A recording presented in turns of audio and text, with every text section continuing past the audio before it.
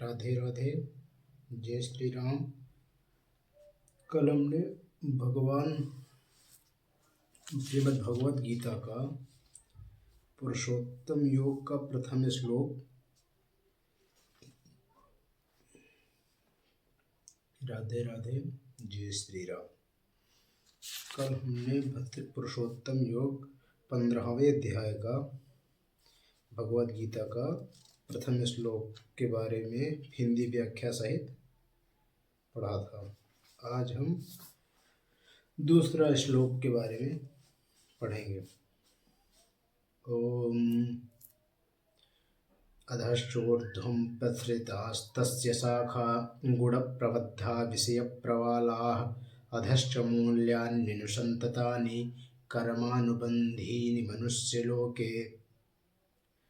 अधश्चोर्ध्वं, अधः मतलब नीचे, च मतलब तथा, अधः च ऊर्ध्वं, ऊर्ध्वं मतलब ऊपर की ओर।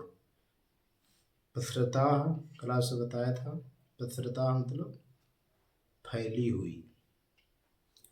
तस्य मतलब उसकी, शाखा मतलब शाखाएं, गुण, गुण मतलब प्रकृति के गुणों द्वारा, गुण प्रबद्धा विषय प्रबद्धा मतलब विकसित, गुण प्रबद्धा विषय प्रवाला, विषय मतलब जो इंद्रिय इत्यादि विषय, प्रवाला मतलब टहनियाँ, जो टहनियाँ होती हैं।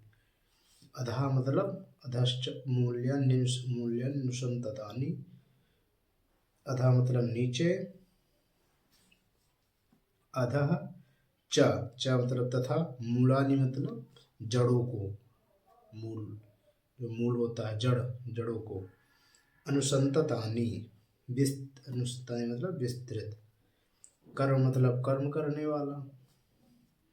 अनुबंधीनि मतलब बंधा। मनुष्य लोके, मानव समाज के जगत में, मनुष्य लोक मतलब मानव समाज के जगत में। इस वृक्ष की शाखाएं ऊपर तथा नीचे फैली हुई है और प्रकृति के 3 गुणों द्वारा पोषित है। इसकी टहनियाँ इंद्रिय विषय है। इस वृक्ष के जड़ नीचे की ओर और भी जाती हैं जो मानव समाज के सकाम कर्मों से बंधी हुई हैं। तात्पर्य है, अश्वत्थ वृक्ष की यहाँ और भी व्याख्या की गई है। इसकी शाखाएं चतुर्दिक फैली हुई हैं। निचले भाग में जीवों की विभिन्न योनियां हैं तथा मनुष्य, पशु, घोड़े, गाय, कुत्ते, बिल्लियां आदि ये सभी वृक्ष की शाखाएं के निचले भाग में स्थित हैं।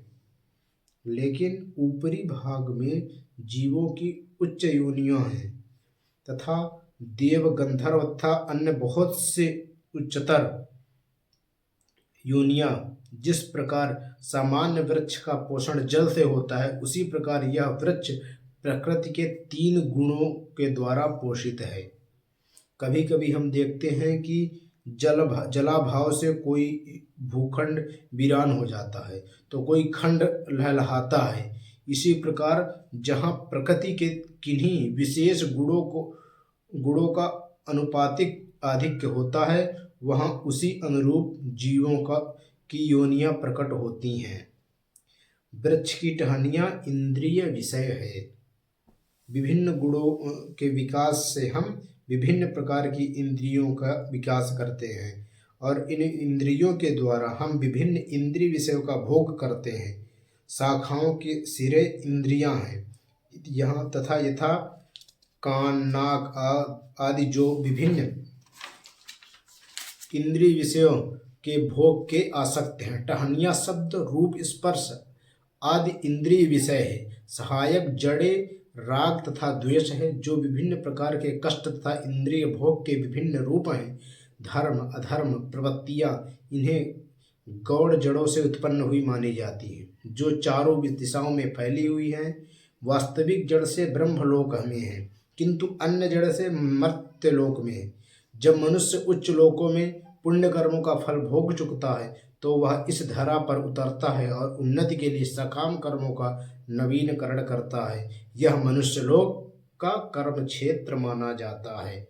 ये जो पृथ्वी लोक है, धरती लोक है, यह मनुष्य का कर्म क्षेत्र, जैसा कर्म करेगा वैसा फल पाएगा।